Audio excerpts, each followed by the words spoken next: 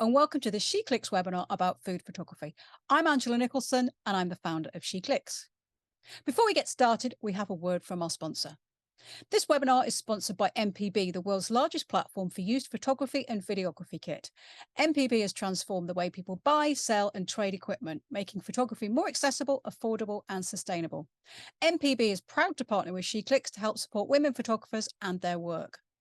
So thank you very much to MPB. Okay, so let's get started. I'm delighted to introduce our speaker, Emma Dunham, who is an award-winning food photographer. Hi, Emma, how are you? Hello, welcome. Thank you. Thanks for having me in your group. It was lovely to receive your email asking if we'd like one of your webinars. So fantastic. Thank you very much. Pleasure. Absolute pleasure. I think you've prepared something for us. You're going to start by sharing your screen. Okay. So this is all about how to make money from food photography. But firstly, just to say that my background was in portrait photography before being a food photographer. And before that, I was a sales and marketing manager. So what I've tried to do is merge all of my careers together so that I can work really well in the food industry and with photographers to talk about food photography. So I'm going to get started. I'm going to be talking to you today about 10 things that you can do to help yourself with your food photography. Doesn't really matter where you're at in your food photography journey. Some of you might just be thinking about it at the moment and thinking, could I add this to what I'm doing at the moment? Others might be seasoned food photographers out there. These tips are aimed to really just give you a little bit of inspiration in January, just to see if you can get a little bit more out there. So let's have a look at the first thing that I want to talk to you about tonight.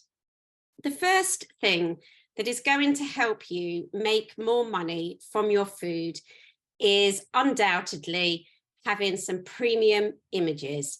And we all know when we go on to social media sites and we can have a look on Instagram, there are some really pretty poor pictures of food out there at the moment, especially the colors of food. When people are photographing yellow foods and brown foods, they look really congealed and they look like they haven't been cooked or overcooked. And a lot of that is something that we can help our clients with and help with our own images. So premium images is an absolute key. And that theme will be running through everything that I show you this evening of how you are going to make yourself look like a premium brand and a premium photographer, which will help you with your food. So just to give you a little bit, let's just start with a little bit of fun here. If I gave you £5.50 and I said to you, one of these toffee apples is 50p and one of these toffee apples is £5, go ahead and choose one from either side. I'm hoping straight away you would know where you were going to spend your £5 and where you were going to spend your 50p. And this is a really key thing in selling and marketing and perception of it's the same food. An apple is an apple and it's got the same toffee round it, but how we present this to the outside world and how we make them feel about what they're eating is a huge, huge factor in how we photograph it, especially when everyone has an emotional eater inside them. Everyone has that kryptonite, that thing that if it's offered to them or if it's on a menu, you know, a creme brulee for me, even if I'm on a diet, if there's a creme brulee on a menu, well, you know, something's got to happen. So you're all going to have that kind of thing. And these are the feelings that we're trying to evoke with food. And the reason we're trying to evoke these feelings with food is it doesn't have any emotion attached to the food.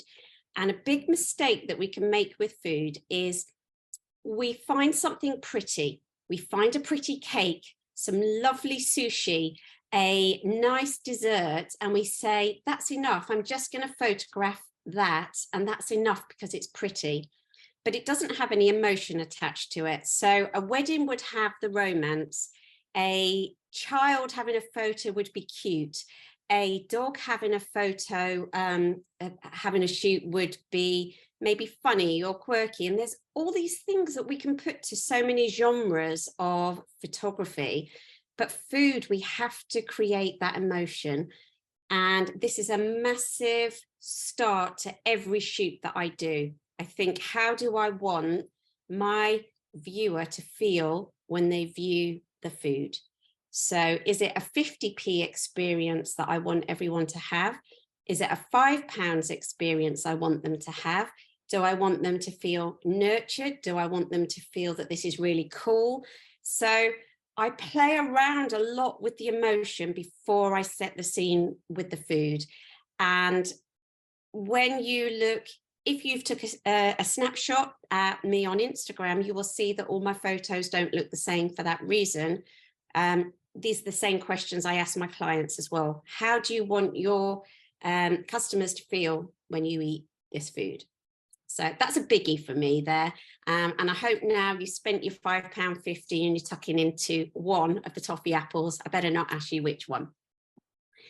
The second thing that I want to talk to you about is client transformations. And at the moment, if you're sitting here thinking, I haven't done that much food photography, I haven't worked with clients, or I've just photographed for myself, client transformations can happen in two different ways. The first way is that you have to, first of all, photograph what the client wants. Now, I know that sounds really simplistic, but what I mean by that is this company here on the page, Planty, I started photographing for them and I hadn't seen any of the visuals. Now we've got all the food on the packaging. It's very, very different. But their concept was really strange to me to start with. We were photographing all of these dishes on the colour that's on the background of each food. And because they hadn't got a website and they were a new startup, I couldn't quite envisage it, but I did it. I did exactly what they wanted, even though with me, I'm going, oh, I don't like these colours, and technically it's not that, and this, that, and the other. All I had to do was make sure the food looked good. They were the ones that decided how they wanted me to compose the whole shot and how to put that together. So it's really important that we hit the nail on the head with the emotion or how a client wants that to look and feel, rather than just saying, but that's not what I want to do as a photographer. And this company now have put me onto a monthly photography package with them, because they're bringing out so many meals, because I've listened to them, I hope, and got it right for them. So let's have a look at some others. This is my client, Karen. She's from Delightfully Decadent. She makes homemade fudge brownies, just absolutely amazing. She sells it at farmers markets and she sells it online. She found she wasn't getting many sales online, and she showed me her images. These are her images. Over here, we've got all of the fudges, all in the box, all as she has them packed at home. This white one that looks like blocks of lard is actually a white chocolate silent pool gin fudge. Now, when she told me this and I saw the picture of the food here, and she's telling me what those lumps of lard are, I'm not obviously going to say to her, I can't see them looking like fudge here. I have to be quite polite. You don't want to put your clients off, do you? So I was kind of thinking, I'm not getting that. And over here, this is an 8-inch snowflake. It's 2.5 inches deep, and she makes them in Rocky Road and Biscoff. The Biscoff at the moment in the food industry has just exploded. Everything is Biscoff. So this is what she showed me. Again, I'm kind of thinking there's a layer of lard over the top of that, but keeping these thoughts to myself while I'm talking to her of how I can help her with her business. So this is the second thing in the transformation of the client, that from her images with the Silent Pool gin, I just said, we need to get their branding in your brand. So we got her brand in the picture. We got the Silent Pool gin, and then we got the Silent Pool gin white chocolate fudge. Obviously, trying to write that as text isn't as catchy at the moment, but we've put it all into one picture so that this has been able to transform how she shows her work. And as for the 8-inch Biscoff, oh, they're gorgeous. Sorry, I just look at them every time and sort of a little bit of drool. 8-inch Biscoff snowflake, just stood it up on a little bit of acrylic, had a nice shadow to it and a nice reflection, and just changed how we viewed them. So we've gone from her snowflake to mine and her fudge to my fudge. And she has come back to me so many times since, because she's making more money on her website than she's ever made now. And I'm so pleased that she can see the transformation for herself without me having to say, your photos don't do justice to your food. So that's Karen. Beautiful stuff. Go and check her out. Now, this is Mel. I'm going to show you one more of my clients just so that I can show you a transformation from a different side of things. This is Mel. She runs Mel's Marvelous Tea Shop, and she's got Mel's Marvelous Cakes if you're checking her out. She's also around the farmers markets, and she's online, and she sells afternoon tea boxes online, and people buy them. And on her beautiful vintage bike, if they're locally, she goes and delivers the food to them on the bike. So while she's telling me all this, and I'm like, wow, I'm sold. I'd have afternoon teas delivered to me every day. It was absolutely brilliant. So she said, yeah, but I'm not selling any online. That's what Mel had on her website to sell her afternoon teas. Now, I can't see any of Mel's fantastic personality coming through in these photos. I can't really see an afternoon tea. And again, since then, she just mimics me. Take it out the boxes, take it out the boxes. But I was like, we've got to sell the experience, not the food. So with Karen, we really needed to sell the food. With Mel, we need to sell the experience of how they're going to feel when they sit down and have this beautifully handmade afternoon tea that's being delivered to them on a vintage bike. So this is Mel's house.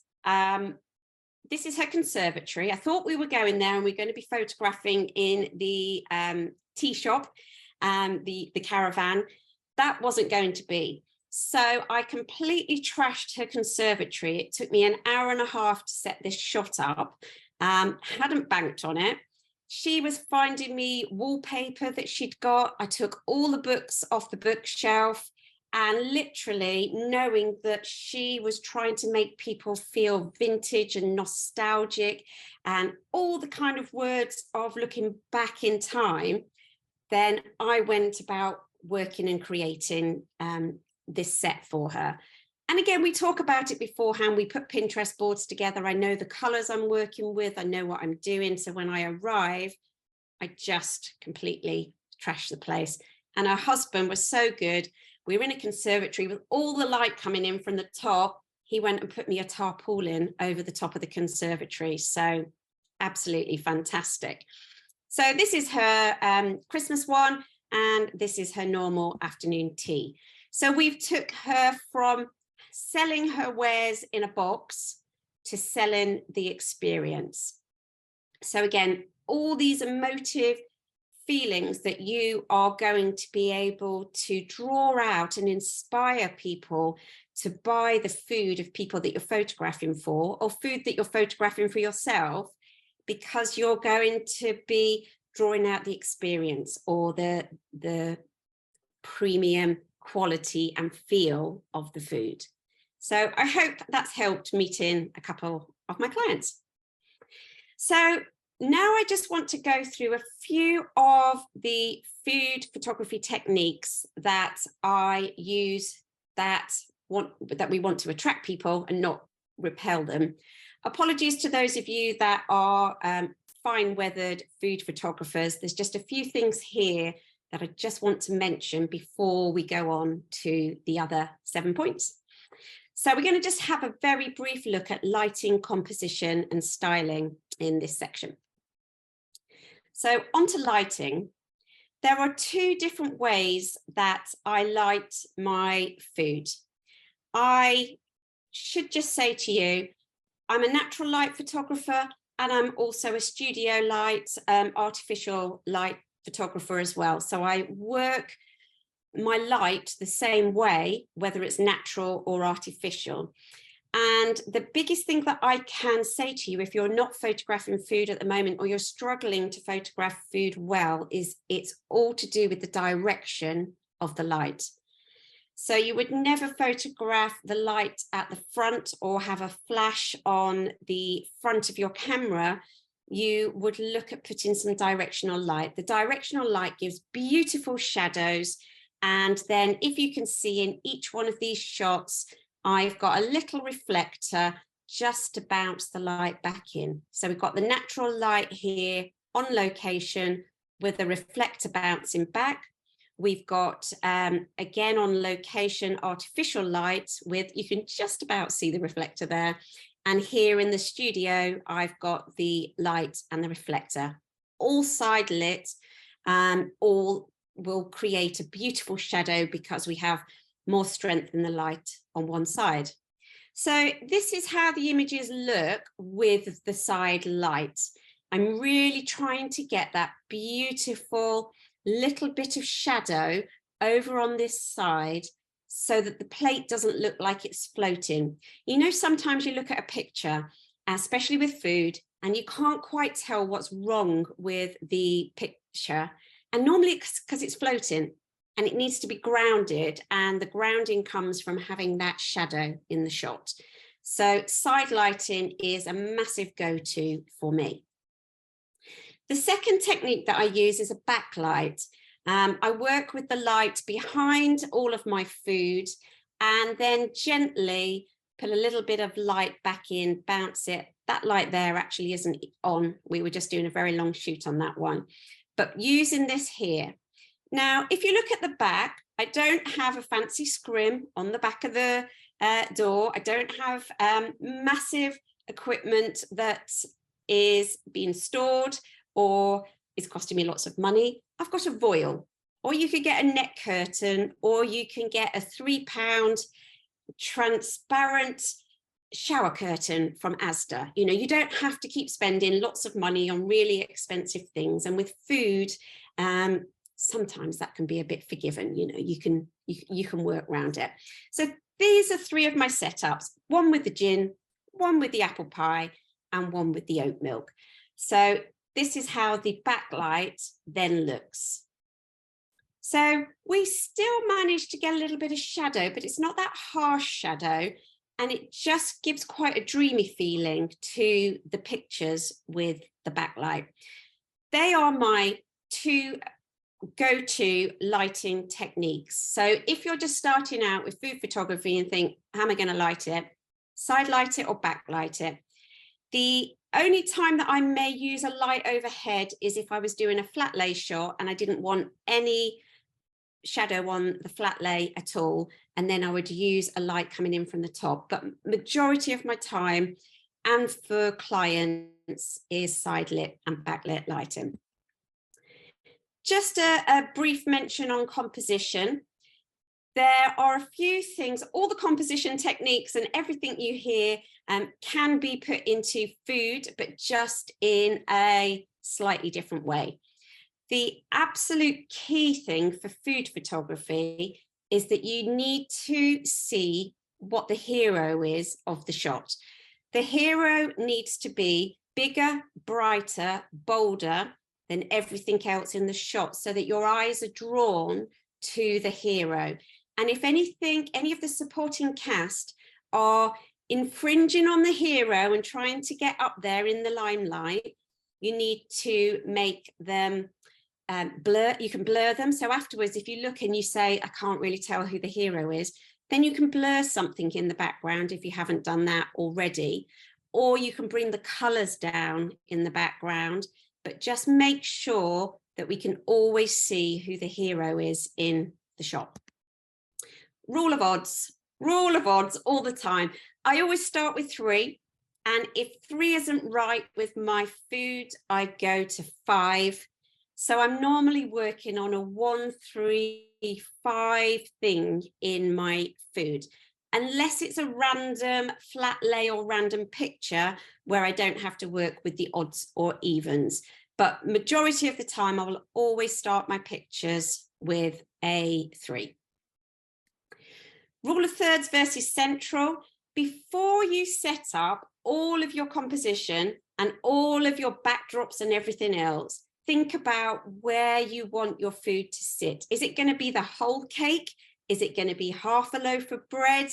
Is it going to be a couple of ice creams, a little bowl of pasta? Think about where you need it to do, because to go, it will save you a lot of time further down the line when you've set it all up, because food photography is faffy. And you can move a fork 10 to 20 times because it's just not quite right.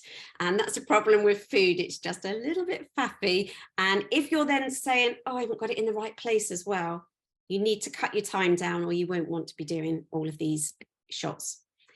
So very much like I've given the key for the lighting being backlight or side light, with food, it's very easy on the angles. We're not rolling around on the floor to get the shots. We have 3 angles with food. Eye level, when you're wanting to look into something like a burger and see everything inside. 45 degrees when we want to look at the food on the top. It's got interest on the top and in the middle. And thirdly, we've got the flat lays where we can spread it out and have all of the interest coming from above. And don't try and reinvent the wheel. They work. They're great for food. So now if you haven't done too much food photography, you know that you've got 2 ways to light your food and 3 angles to shoot it at. So sometimes that can take the overwhelm out of it to just really go, right, I'm going to start now because I've got a really easy starting point to go on there. And lastly, we've got styling. This is Liz. This is my food stylist. She is amazing. And she's always seems to be hovering under my tripod somewhere. Her level of styling is very different than my level of styling. This lasagna on this page, I've put it on here to let you know about it, because this lasagna, she made this poor work experience girl scrape off every layer of white sauce and the meat, and then she had to wipe it all down, and then she rebuilt it to make it perfect. And she's done packaging shots for Tesco's and Sainsbury's and things like that. That is a massive level of detail. I do not have the attention span for that. That's why I've got a Liz. So know your limitations. If you're a person that can style really well, great. But obviously, if this is a skill you're learning, make sure that you're getting help to bring us back to it. Has to look like a premium image. It can't look like a sloppy lasagna that's just all merged together on the plate. So with the styling, this is key to how good your food looks and how much people buy into them. What is your food going to sit on? We've got the beautiful acrylic here that gives the reflection. We've got cake stands, we've got bowls, we've got wood, and we've got chopping boards. If we're using plates, we want plates that don't have any shine to them. Matte plates are really, really good. This black one is a perfect example of that. And also, we don't want them to curve up too far, because if they curve up too far, we then miss the bottom of the beautiful detail of the food. So the crockery that you sit your food on is really, really important to show it off to its best advantage.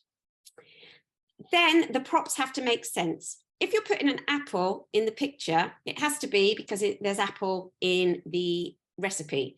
If you're putting cheese into a shot, there needs to be cheese going on or in the recipe. If we've got strawberries on a plate, it could be because they're going to be for the croissants and it's a breakfast setup.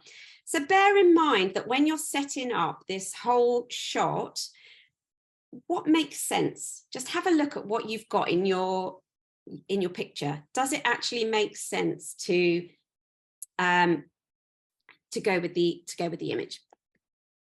Napkinology, it is a thing.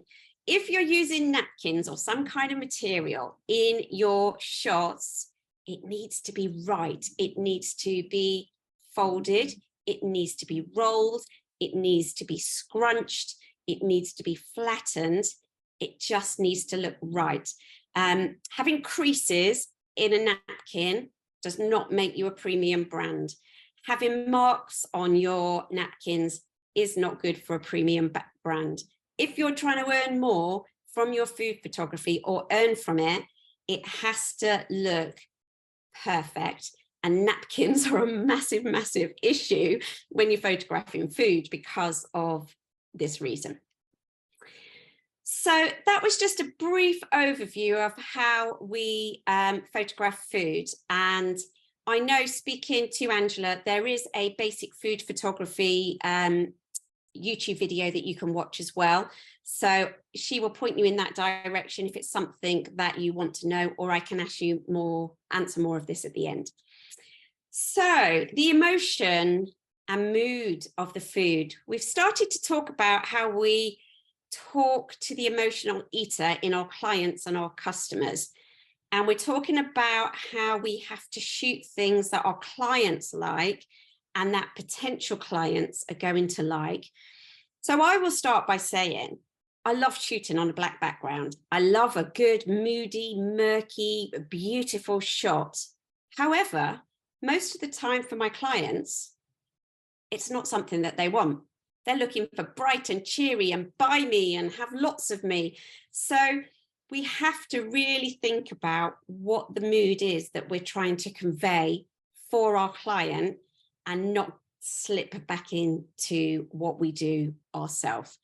And it's really easy to, because we just think, we'll just put that slant on it, or we just do this. It's like, no, if a client wants a certain way, it's got to be a certain way. And this will help you make more money in the sense that you will get repeat custom. And if you get repeat custom and you get people coming back to you every few months because menus change and new items are added, which is the absolute beauty of food, then you're starting then to get a really nice base of building up with all these clients that want to come back to you. So listen to them and get your mood and emotion right in the picture. Behind the scenes, the fifth one here, behind the scenes. A lot of the time as photographers, we get the heebie-jeebies about showing, one, what we do to other photographers, just in case it isn't right, or they copy us, or whatever our feeling is there. Or it's because we just don't want to be in the picture. We're so used to being the one taking the photo, and we're so used to, anywhere you go with family, they pass the phone to you and say, take a picture of everyone, don't they? And we have to really step up and make sure that even though we're photographing food, that people see what we're doing. So any opportunity you get when you're photographing food, it might be while you're with the client. And if you've got someone assisting you, they can take pictures of you with the client. It can be a stage shot of you on your own, just saying, hello, this is the person behind the camera. It can be a shot of you actually taking the photo and while you're on location, so people say, oh, she has got clients, she is doing this. It can be a shot just of the setup. If you're a bit camera shy, or if you're working on your own and you just want to do a picture of the setup, it's absolutely fine. Or you can show the setup and the finished picture in the behind the scenes. We are inherently a nosy species, so we love a bit of behind the scenes and we love to see what everyone's doing. And just because you're photographing food, don't think that people don't actually want to see, especially if you've shown the most stunning food, the most beautiful shot. People will want to see how you've done it, and they want to see how they can do it themselves. So don't underestimate the behind the scenes that can go on from here. So number 6 is get noticed. Now, at the beginning, I mentioned that I was a portrait photographer before I came into food photography. And if you're already working with a few genres of photography and you're not quite sure where food sits with it, or you want to push your food photography a little bit further, then I would say think of things that you are using, the genres that you're using in your photography at the moment. So this shot this year came second in the Pink Lady Awards for the category of innovation. And this is Medusa. And I had Medusa in my head for quite a while. And I had to find the right person to be Medusa. And I work with a theatrical makeup artist, and she never says no to me. And I'm very thankful for that, because she said, what's this shot? And I said, it's Medusa, and it's going to be made with spring onions, and it's going to be made with baby leeks. And she went, yeah, okay, but then we're going to need a crown at the front because we're going to have to hide the part in. Whereas if you said to a non-creative, I'm going to make Medusa, they'd go, what are you talking about? So surrounding yourself with people that you can bounce these wayward ideas off, and for them to go, oh yeah, I get it, is really good to help you, and it will push you further into getting noticed. This year, Medusa has been in publications in this country, in India, in Africa, and she is making her way around the world at the moment, and it's really lovely. And Kimi, the model in this picture, she's 13. So I did have to say, sorry, Mum and Dad, we have made her look a little bit old in this picture. But she just had the perfect look. She does acting and drama, so she really got into doing this. So the key bit of advice here is, if you're a portrait photographer already, what is it that you can bring to food? If you're a wedding photographer, what is it you can bring to food? It might be that you've got really beautiful natural lighting that you can bring to this. It might be that you're really good at artificial lighting, or you know how to light faces.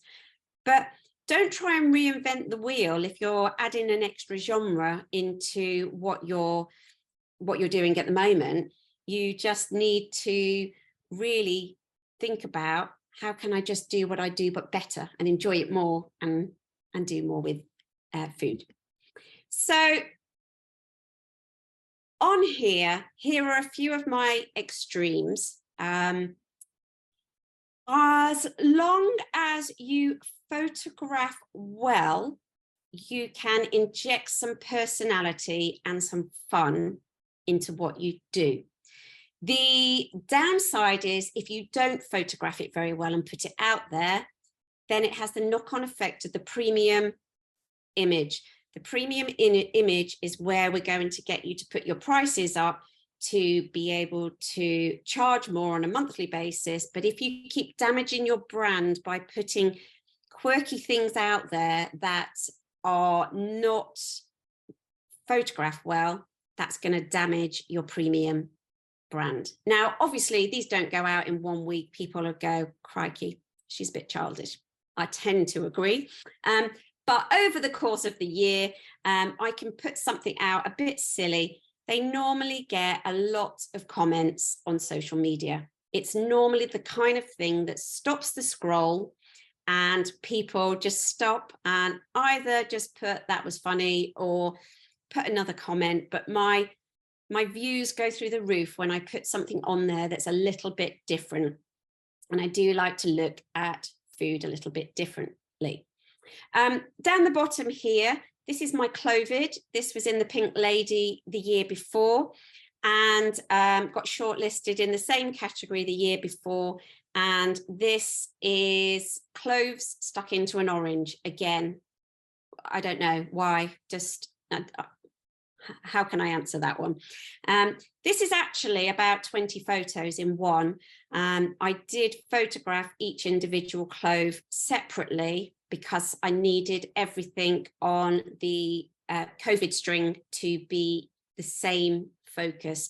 So all of those cloves have been photographed separately and then photo stacked into one picture, and all the other COVID strains behind it are the same picture, different sizes and different levels of focus, so that it looks like they're at different angles. So just because I'm photographing something a bit silly sometimes doesn't mean to say I'm not going to photograph it very well. And because I don't want to damage a premium brand where I'm getting people to spend more with me. Okay. On to 7. 7 is all about active marketing. And we talk a lot about showing up on social media and all the things that we do on social media to get our business. And I've got my Food Photography Academy, and when I speak to the people in it, they're going, I haven't had any inquiries this week. It's like, what are you doing? And they've just put all their eggs in one basket and they are just posting to social media. And what we need to do is think about all the different ways that are out there for food. And food is a great one because we've got things like farmers markets, food events, food industry events, food fairs. There are so many things for food that can get us out there and get us more clients. And if you equip yourself with a pocket full of business cards and start going to these events to A, enjoy yourself, and B, to just slip a business card to a few people, it's a great way to start doing some marketing that doesn't feel pushy, doesn't feel aggressive.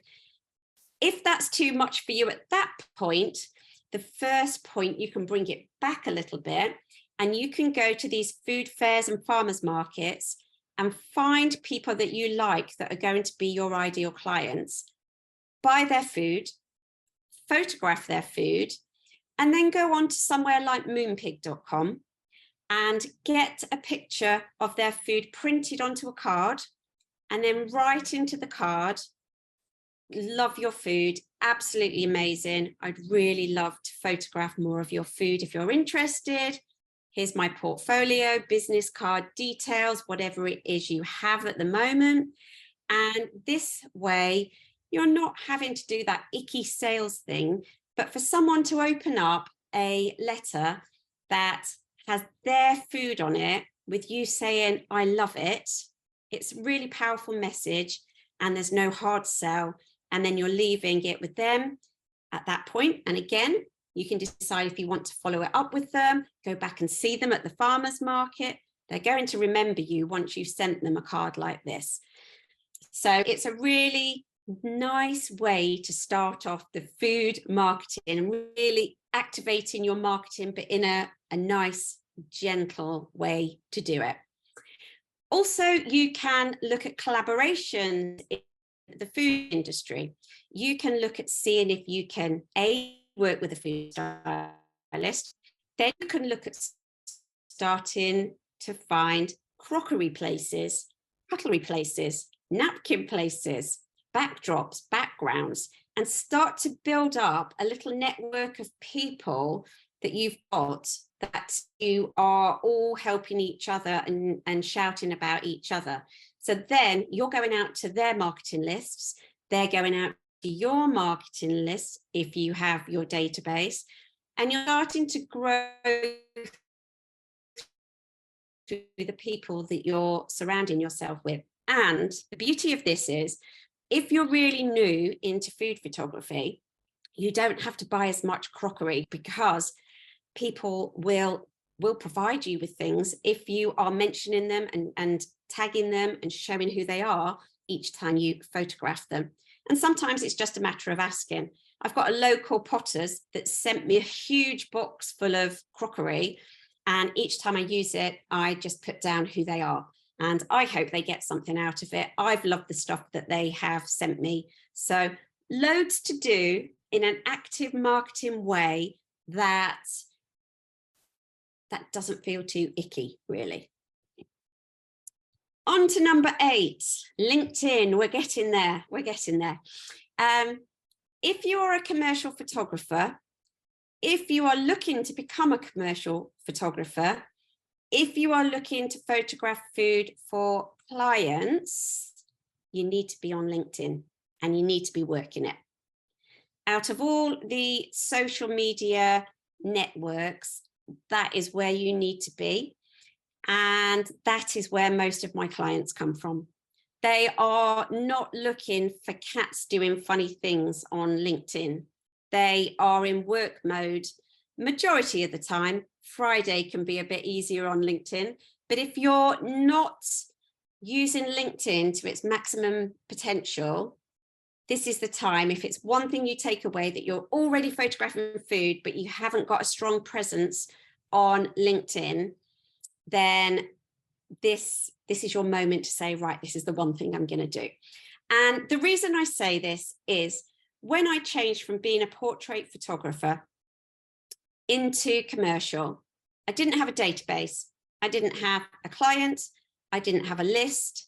I didn't have a blueprint of anything that I was doing. I literally, it was like starting a new business, going from photographing families, children, babies, into photographing food.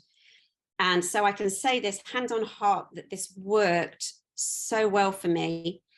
2 years ago, I started my LinkedIn journey. In fact, February the 5th, World Nutella Day, I put my first post onto LinkedIn.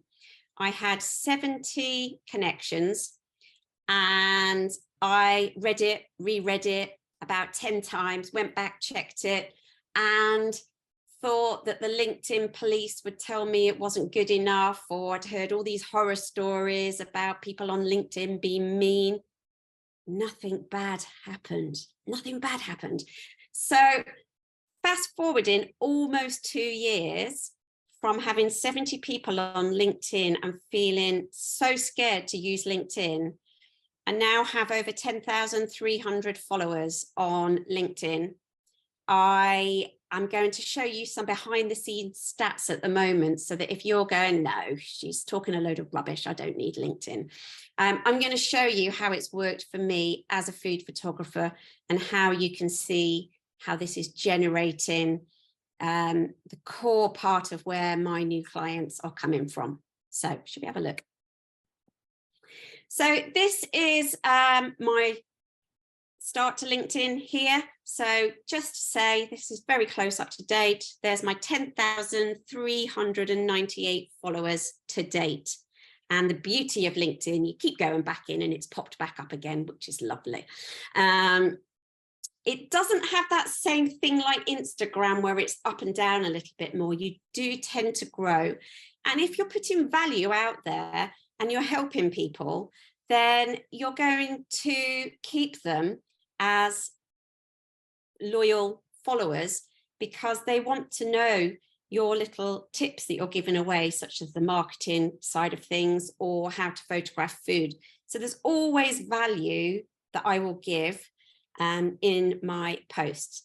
Now, when I started this last year, the year before, I put a non-negotiable into myself. So again, I hope you don't gasp at this one, but my non-negotiable was, whatever happens, whether I'm working, I'm ill, whatever it is, I have to post 5 times a week.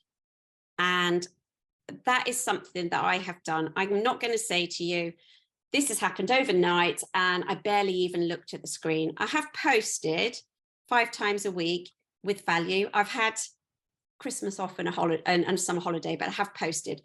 And luckily this week, I'm so excited because I've just got the LinkedIn scheduler.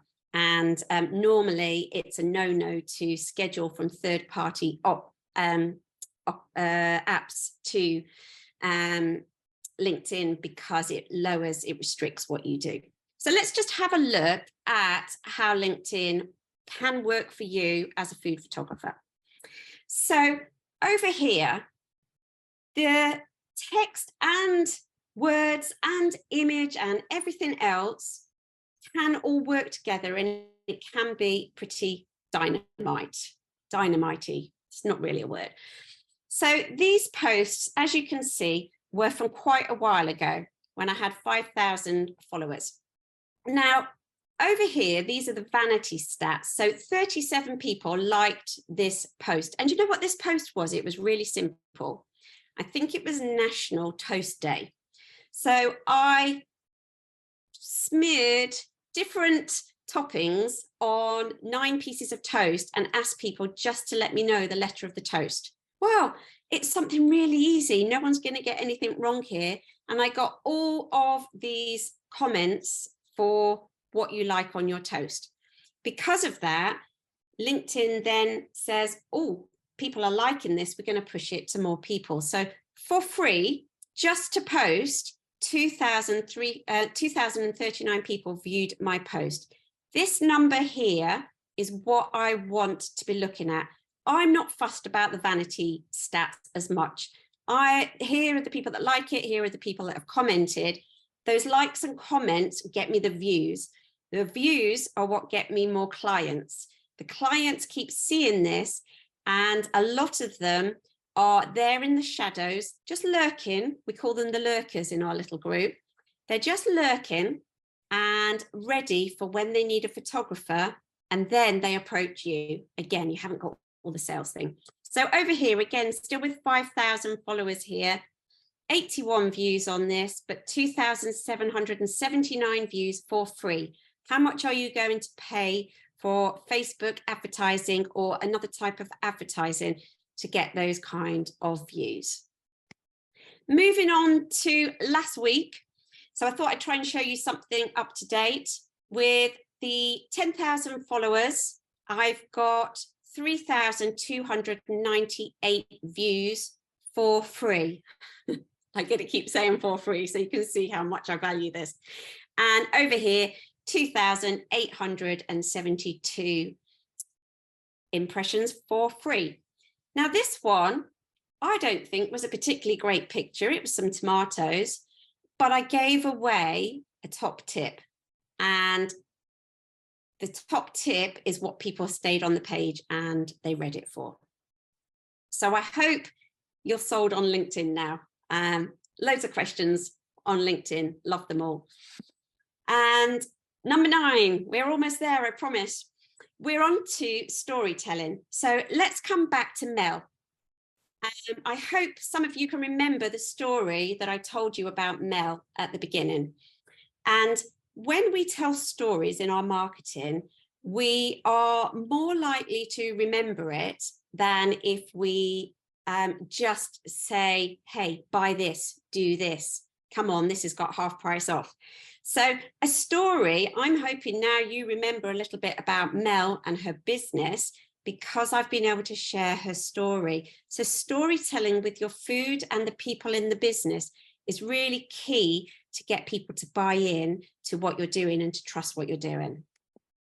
So when we look at the story, it can be Mel's story. It can be about her and her journey and what she does and how she cooks it all from her home and she goes around the farmer's market.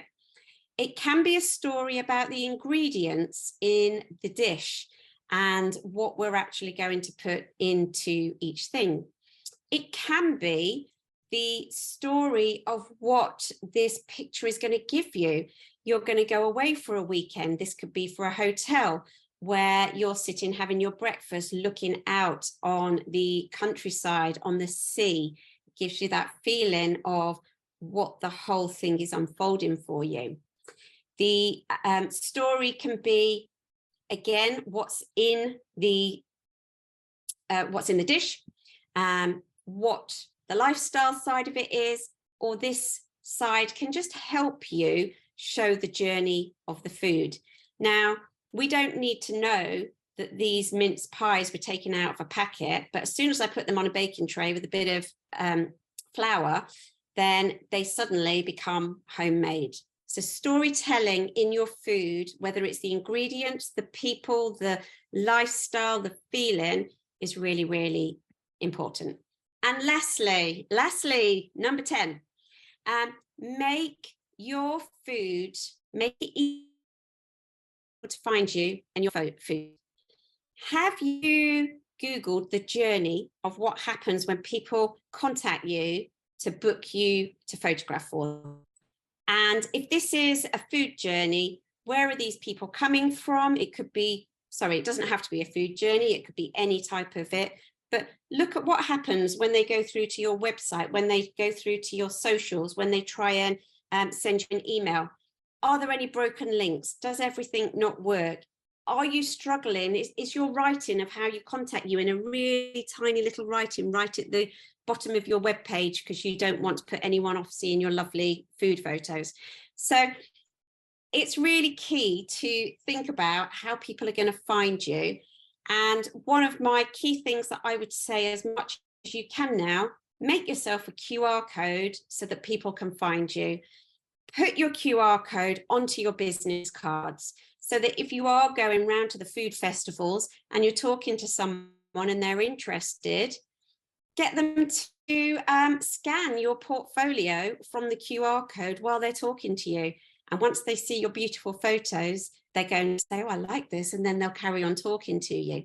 Make it easy for people to contact you, see your work, and just really be involved in you and your food. So I hope that you have liked those 10 points that I've given you. I hope it's given you some ideas of where you're going to start to market your food. And if you are hungry for a little bit more, next week I am running a 5-day profitable food photography challenge online. Each day will have a business marketing tip, and each day we'll have something to photograph. So you can decide, do I need more help with food? Do I need more help with marketing? Or do I need help with both? As you can see, there's a handy QR code there for you if you want to scan it. I'd love you to join me if you want to. And I think now I've probably spoken for long enough, haven't I, Angela? That's fine. No, it's been great. Thank you very much. We do have some questions. So maybe would you like to unshare your screen and I'll relay the questions to you? Fantastic. Thank you. Okay, let's get started. First question actually is sort of gets right to the heart of it. Is food photography something you can make a full-time career from? Oh, that is a good one. Well, yes, I think so. It depends how you're going to work it. To start with, all the people that come to me say, I want to be a food photographer, they've got to learn how to do it. They've got to build up their database. So yes, it can be full-time, but how quickly do you want that? Because if, like me, you're starting from scratch and you had to build up a new database, that's took me 2 to 3 years to build that up. But now 80% of my work is food. And this year, my New Year's resolution is to ditch the last 20% that I still have. So yes, it is, but Rome wasn't built in a day. Yes, and I guess it's also that thing. It does depend on your personal circumstances, doesn't it? Basically, you know, if you've paid off your mortgage and this, that, and the other, then you may be able to sort of cut down on some other stuff more quickly. Yeah, I think so. It depends. I mean, I've got 3 kids, 4 cats, and a husband. You know, it's going to take me a bit longer. Yeah, it's those cats. They eat so much. They do.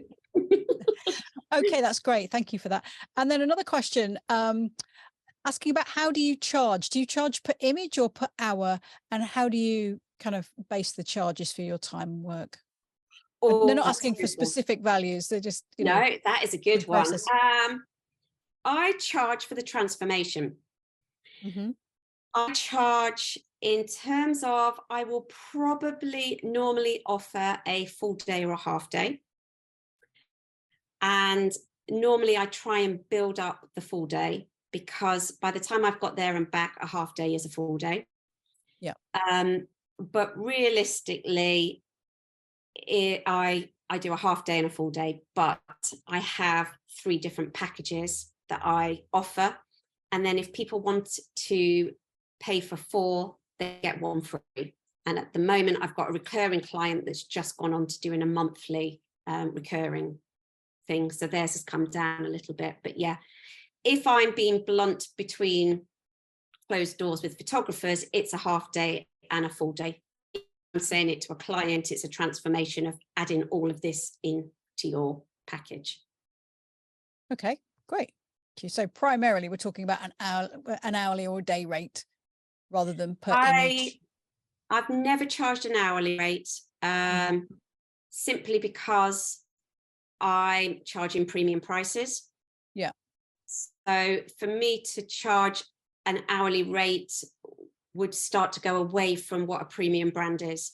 Yeah, I mean, it's what you could realistically achieve in that hour. It's not feasible, is it, to to set the scene up and do the photograph, get the photograph as you want it and everything. You just and then you're looking at charging a setup fee, and that mm-hmm. takes everything away from how I've built something up that is not.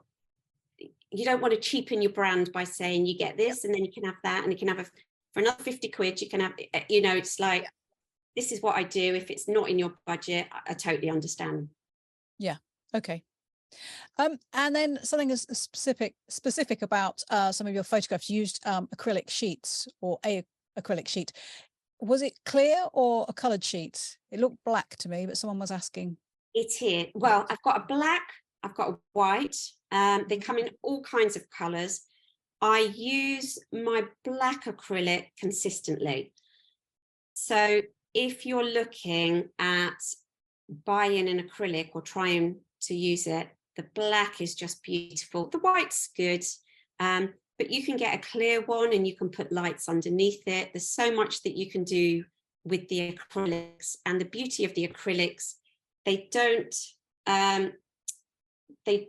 the horizon behind the picture is straight, and you get a really clear, straight picture there for it. Okay. And a question now, you see a lot of shots where there's flour or icing sugar falling. Someone's asking, how do you light that falling flour or powder without lighting the background? Side light. Okay. Yeah, and side maybe light. use a flag or something to stop it, doors or something like that to stop it falling.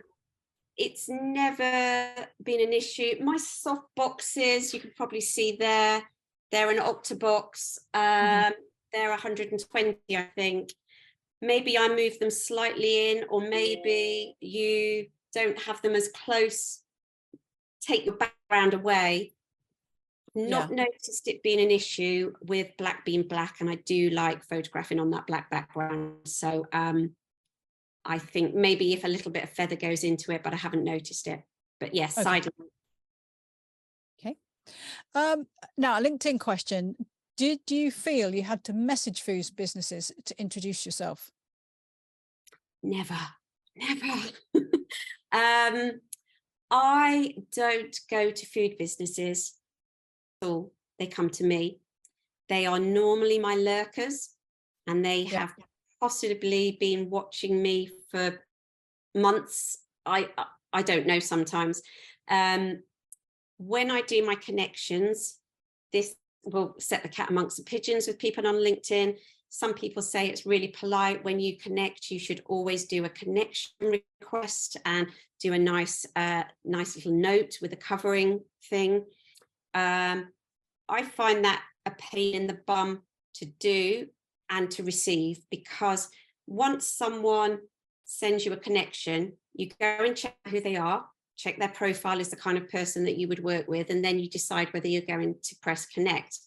If they've sent you a message, and we're busy photographers, I've then got to respond to every connection that they've sent me, because then I feel rude if they've sent me something and I haven't sent something back.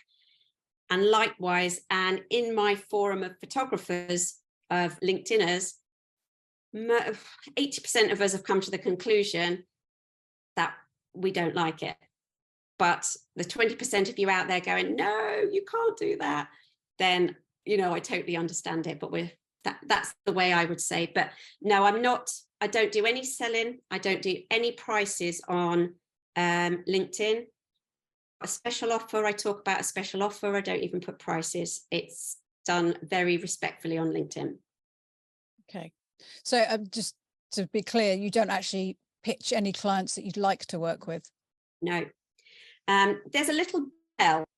So those of you on LinkedIn may Google a client that you like, and when you go to their profile page, in the top right hand corner, just underneath their banner, there's a bell. And if you click the bell notifies you every time that they post. Right. So that then every time they post, you can write something back. So if you want to make yourself aware to someone on LinkedIn, rather than going, pick me, you can start saying, beautiful picture, love your food, and all the things that we do if we send something through the post, and just be a bit more respectful. You know, we're not clip paths. You know, we don't have to post on other people's posts and just be at that point where it's like, oh, just you know, we want to be respectful and get the right clients, really. Okay, that's good advice. And a couple of people asked whether you pay for LinkedIn Premium. No, I don't. So you just use the basic account? Yes, for a few reasons. One, when LinkedIn stopped you being able to request to link with as many people as possible on Premium, that was the only thing I really had it for when I first started out, because I needed to build a database quickly because I had zero. So when they took that off Premium, it didn't seem worth me having it. And then also, if you know who your ideal client is, so if you're a food photographer and you're on LinkedIn and you are looking for cake makers, you want to photograph cake all the time, I'm with you. You would then put in cake maker, you would connect with everyone until LinkedIn cuts you off. It has that point that says, no, sorry, you can't do any more, you haven't got Premium. So then what you do, you go over to your network, and if you've connected to all the same people and you haven't just accepted a connection request from everyone, scroll through your network, all the cake makers and chefs and bakers will start to pop up, because it will be all the cake makers you've got already and their networks. So there's a way around it without having to pay. And I still really haven't found any value to having the Premium, unless someone tells me otherwise. For me, I can still reach my connections every week without needing Premium. Yeah. Okay. Someone is asking, is it easy to set up a QR code? Yes. If you go to, there might be a dash in it. There's a few of them out there.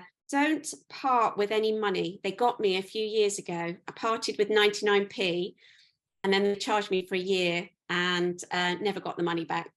So QR Monkey, I can definitely recommend QR Monkey.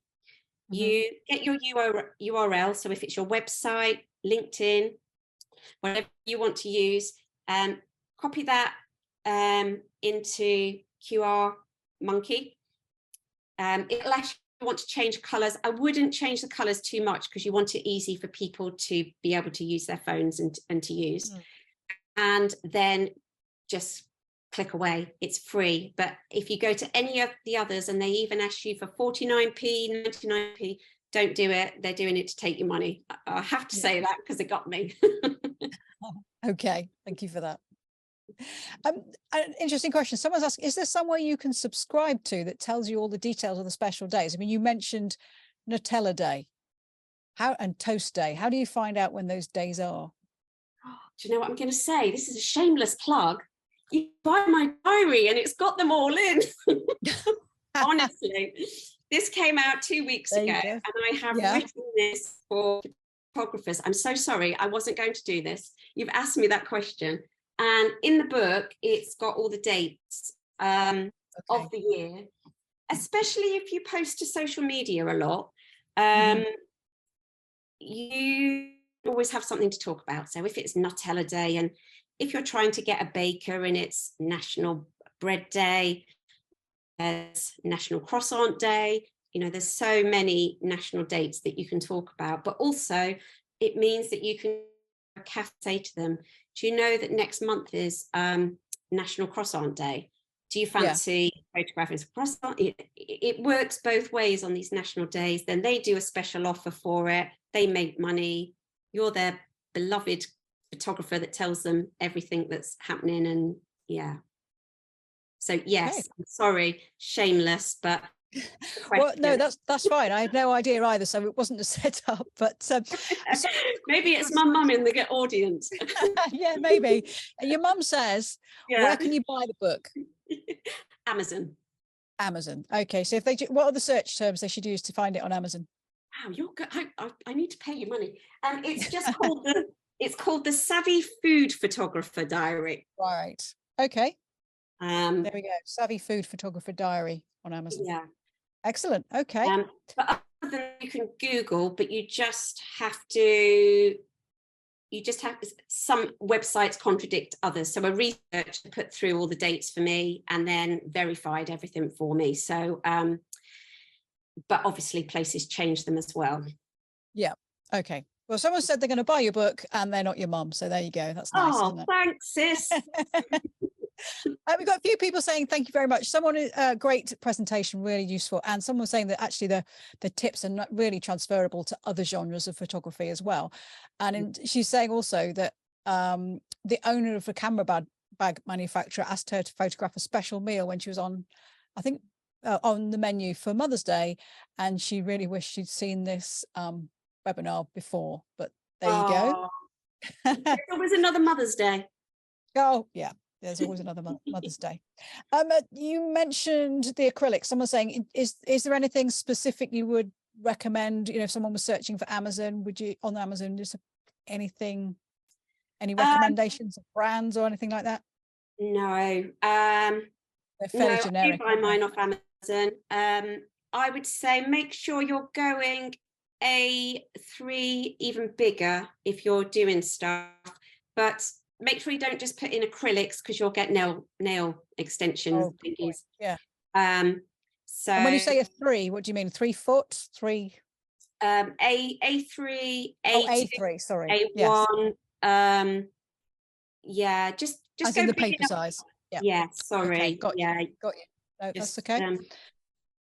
Good. All right. Another question, do you charge additional usage rights for different types of advertising, say for print or website? And do you have a usage rights clause for editorial or stock photography? I have terms and conditions and I have contracts. I am not working with the big giants. I like working with the cake makers, so it doesn't really come up too much for me in terms of editorial and things like that because I'm not working with the giants. But as far as I'm concerned, I charge a good enough day rate for them to do what they want. I'm happy with that. Fair enough. It's good. Someone was asking, do you put any images on Alamy or other, image libraries? Do I put them into any image libraries? Yes, I have got some on Adobe at the moment. They put about 100 on recently. I think it was a food photographer month, and they actually contacted me. So I did put some on there.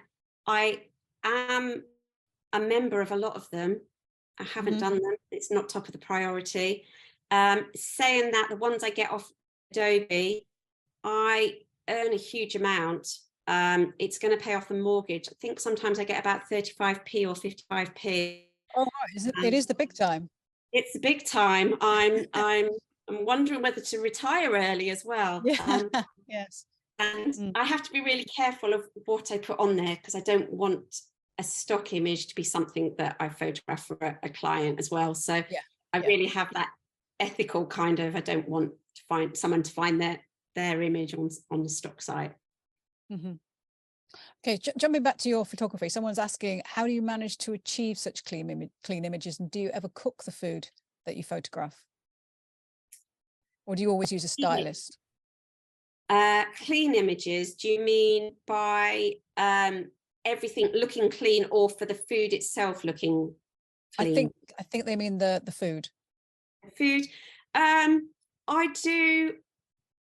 It depends who I'm working with. Yesterday, I was working with one of my online businesses. They've got a chef. The owner is one of the owners is a chef, and then they bring another one along, and he's like a food stylist. He just comes in. He's got oil, always got oil in his hand, and he's on potatoes and the carrots. I take glycerin with me on waters and things, but they have to make the decision whether they're happy for the food to look good enough, and some people are if they're on a budget, and that we just take it out and we photograph it, or if they want their chef, or if they want me or them to charge for food stylist. And it just really depends. But I don't have OCD in any other part of my life other than food photography. You know, I can spot something that is out, so I will, my images, it's a blessing and a curse, you know. Yeah, I think it is true though. As soon as you start doing anything like food photography or flower photography, and if you're going to the shops to buy something to photograph, you pick up something, oh, that's okay, you take it back. As soon as you got the camera on it, no, I should have got a different one. And then you go back to the shop and you just become so fastidious because you've got to have the absolutely perfect apple or whatever it is you're photographing.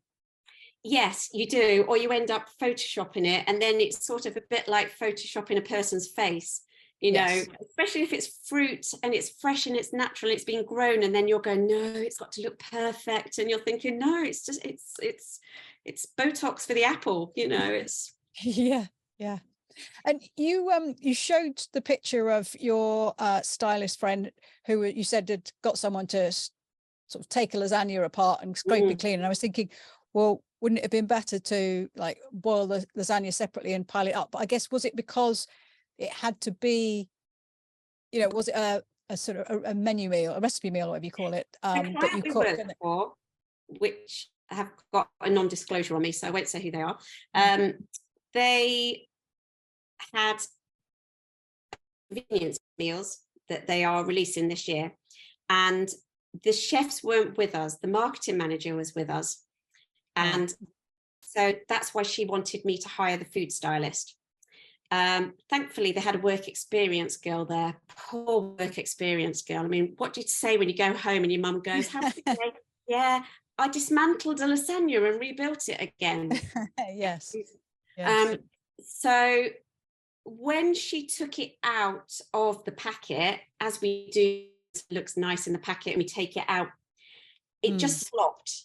And she was there for that reason, and she's going, no, I'm not happy with it, and the whole lot. I mean, to the point where I set up another set and started doing some social media work for them, because this was a long job of rinsing off pasta. But yeah, I think your way might have actually been quicker. We could probably have made the lasagna sheets and rolled them out and made the sauce and in the time that this got done. But yeah, that poor girl is going to need counselling.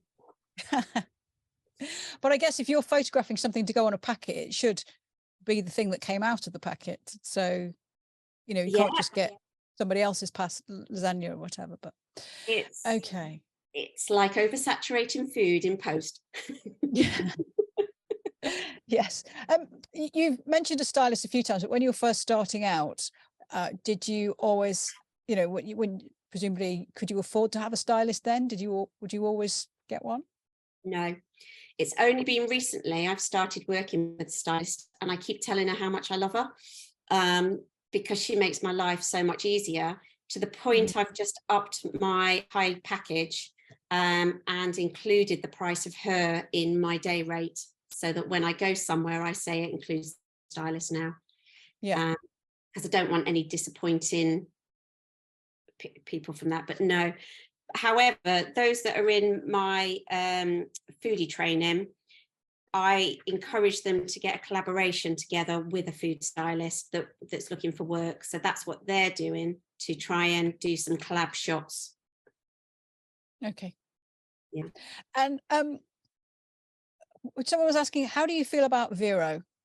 An alternative, relatively new social media channel. Do you use it at all? No. It's all about LinkedIn. I write for LinkedIn. I write long form posts for LinkedIn most of the time. I then copy them to Instagram and Facebook. They are too long for Instagram and Facebook. They are not right for Instagram and Facebook. However, if someone is light stalking me and wants to find me, they're going to look at my Instagram profile. They're going to see how long ago it is that I've posted, and to see how current I am. Everything I do is written for LinkedIn and just copied over so that people, again, make it easy for people to find you and trust you. I want them to see that I'm current and I'm doing things every day. My kids are worse for it. They'll be saying that's too long for Instagram. It's like, I know, but I'm not spending any time because my clients don't come from there. So no, but then I'm not on TikTok, Twitter. I've just found the platform that I see as the commercial side, and there's how many hours are there in the day for how many social media platforms? Yeah. No, on it. Yeah. You're obviously a lot trendier than me. Well, no, I can see the sense of what you're saying, because like LinkedIn is more of a work platform. So if you want your photography to be your work, then maybe that is the most sensible place to be. So yeah. I mean, if you're a pet photographer or a portrait photographer, LinkedIn might not be for you, because people are not in home mode when they're going through LinkedIn. So your platform may be different than my platform. And you mentioned price lists and stuff, but does your website presumably doesn't have a price list? No. Is that because someone wants to know the prices, or is that because someone wonders whether they should have the prices put on their website? I think it's the latter. Yeah. I just think if you are going to be a premium brand and you are deciding your business model, do you want to do 5 £200 shoots or one £1,000 shoot? There's no right or wrong to you which way you want to do it. But if you're going to do one £1,000 shoot, if you put your prices on the website, then people have already made a price decision. They haven't had that transformation. They've not evoked any emotion for what they're trying to do, and they can't see how you're actually going to make them more money by giving them premium images that will then sell their business. So for me, I don't see any value in me putting it on there. And I think if someone's not price driven anyway, they're just going to contact me because it doesn't bother them, because they're a marketing manager working for a foodie place. Yeah. And I think also it's very different from, a couple looking for a wedding photographer, and they know what their budget is and they can't go beyond it. And, they've got an idea of the type of photography, whereas food photography, the stuff you're doing is appealing to businesses. Yeah. And they want the right photographer. Yes, because it's probably an ongoing relationship. Yeah. Okay. Right. Getting towards the last question really is, what type of camera gear, camera lens do you use? Oh, that's a good one. I have 3 lenses. I work with all prime lenses because I don't want there to be any shake or blur or anything with a zoom lens. I have a 50mm lens, which is probably more for flat lays and big table setups. I've got an 85mm, which is if I got a little bit more on the table or not as much on the flat lay. And then I've got my beautiful 105mm macro lens, which I love, just to be able to see every strand of strawberry hair. And the most amazing thing ever for food photography is a macro lens. Okay, and do you have this is my question now, do you have a go-to aperture for each of those lenses? You put your 50mm on and think, right, I'll always shoot at, I don't know, 1.8 or f8 or f11? No, but coming from being a studio photographer, my camera always starts on f8, ISO 200, shutter speed 200. I will never get that average average lighting out of my head. And actually it didn't push me. I've never pushed my settings as much as I push it with food, because it's just a whole different ballgame. The only thing I do change, actually, sorry if we're just a complete tangent from them, is my white balance. And when food is yellow and brown, I tend to go on a cooler white balance setting to put a little bit of blue in there, just to counteract that congealed yellowy colour that just makes food look unappealing. Yeah, I think it is actually quite tricky. There's some food image you see and you think that's a fantastic image, but the colour just isn't quite right. Right, so that's all the questions, and there's just lots of people saying thank you very much, great presentation. Someone saying they're looking forward to doing the 5-day challenge. Wow. And someone else said their love of food photography has been reignited. So lovely. What's better than that? Yeah, and so thank you very much. Everyone wants to now go and eat, don't they? Because they've looked at all that food. All the stomachs are rumbling. So thank you. That was absolutely fantastic. And I know lots of people enjoyed it. And I think everybody got a lot of information there. So thank you. Pleasure. It's been lovely. Thank you. Great. Okay. Bye-bye. Enjoy the rest of your evening. All right, and you. Thank you. Bye. Bye.